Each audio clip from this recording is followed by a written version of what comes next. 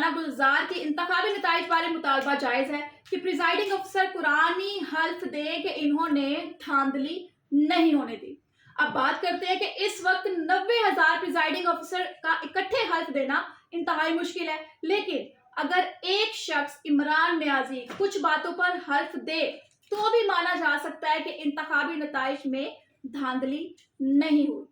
یوتھیوں کا مہاتما عمران نیازی صرف ان باتوں پر حلف دے کہ وہ ان حرکتوں کا ذمہ دار نہیں ہے، وہ حلف دے کہ ٹریال اس کی بیٹی نہیں ہے، وہ حلف دے کہ عالیہ ملک اور زینت مراد سعید کے ساتھ اس کی غیر شرعی مراسم نہیں تھے،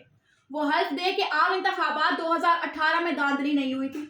وہ حلف دے کہ وار آن ٹیرر پر جو پیسہ ملا وہ KPK میں PTI کی گورنمنٹ نے نہیں کھایا،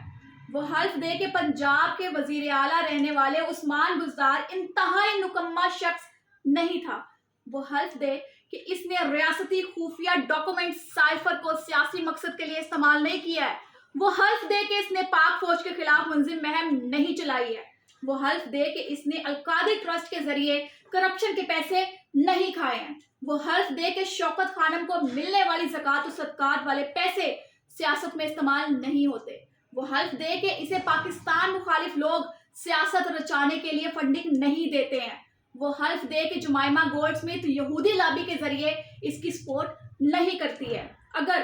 نیازی مدرجہ بالا نکات پر حلف اٹھاتا ہے تو یہ ماننے میں کوئی حرج نہیں ہے کہ عام انتخابات 2024 میں دھاندلی ہوئی ہے۔